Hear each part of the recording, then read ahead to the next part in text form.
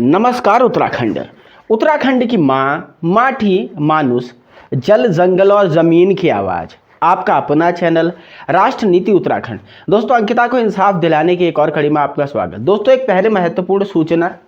दोस्तों, आज क्योंकि इस वीडियो को रिकॉर्ड करके मैं भूख हड़ताल पे जा रहा हूँ और मैं आप लोगों से इस भूख हड़ताल के लिए सपोर्ट मांगने के लिए आया हूं। दरअसल इस भूख हड़ताल का मुद्दा यूकेपीएससी घोटाले में सीबीआई जांच को लेकर के है। साथ में हमने इस भूख हड़ताल में अंकिता भंडारी के लिए सीबीआई और इस मामले का नार्को टेस्ट की मांग भी इसमें रखने की मैं सोच रहा हूं। तो आज के एपिसोड में इसी मुद्दे पे डिस्कस करने वाला हूं। तो आप सभी लोगों से सबसे पहले तो अपील की कमेंट बॉक्स में आप बताइए क्या इस मुद्दे पे भी आंदोलन करना चाहिए, यस और नो में आप अपना कमेंट बॉक्स में जवाब दीजिएगा और वीडियो को शेयर कीजिएगा। इतना मेरी आप लोगों से प्रार्थना है कि जिसका फेसबुक व्हाट्सएप कहीं तो होगा, स्टेटस में लगाइए, शेयर कीजिए ताकि अधिकाधिक संख्या में लोगों तक ये बात पहुँचे। अब आज के मुद्दे की बात करते हैं।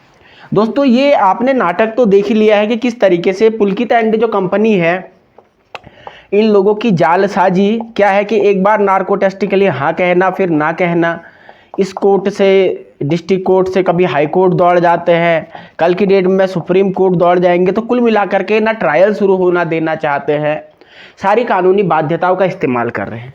तो ऐसे में हमने तय किया कि क्या अंकिता भंडारी मामले में सीबीआई को लाया जाए। एक सवाल हमने ये तय किया, क्योंकि हम भूख हड़ताल तो कर ही रहे हैं, तो क्यों ना इस भूख हड़ताल में अंकिता भंडारी के मुद्दे को भी शामिल कर लिया जाए, क्योंकि ये इस तरीके से मानने वाले लोग नहीं हैं। और दूसरा, लगातार नार्को टेस्ट का जो मुद्दा चल रहा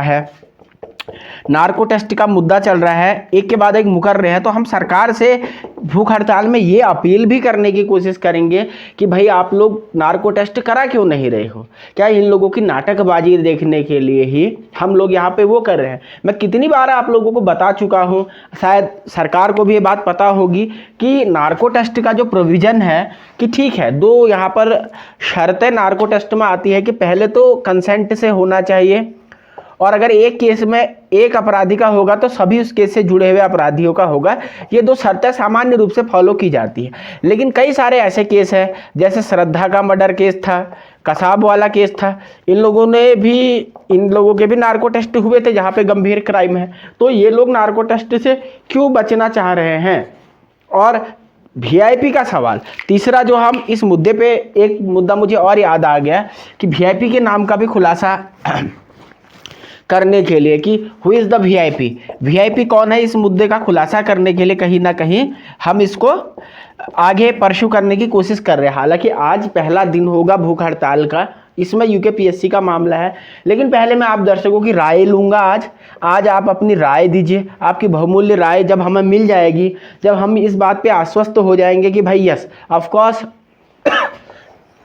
कि ये मुद्दे को आगे बढ़ाना है, तो मैं कहीं ना कहीं इसको आगे कैरी फॉरवर्ड करूंगा और फिर इस मुद्दे पे हम लेकर के आएंगे। दोस्तों, आज का छोटा एपिसोड मैंने रखा है, ज़्यादा समय नहीं है बोलने के लिए, क्योंकि मुझे जाना भी है भूख हड़ताल पे और बहुत ज़्यादा ताकत भी नहीं है क्योंकि खाना नहीं खाया है।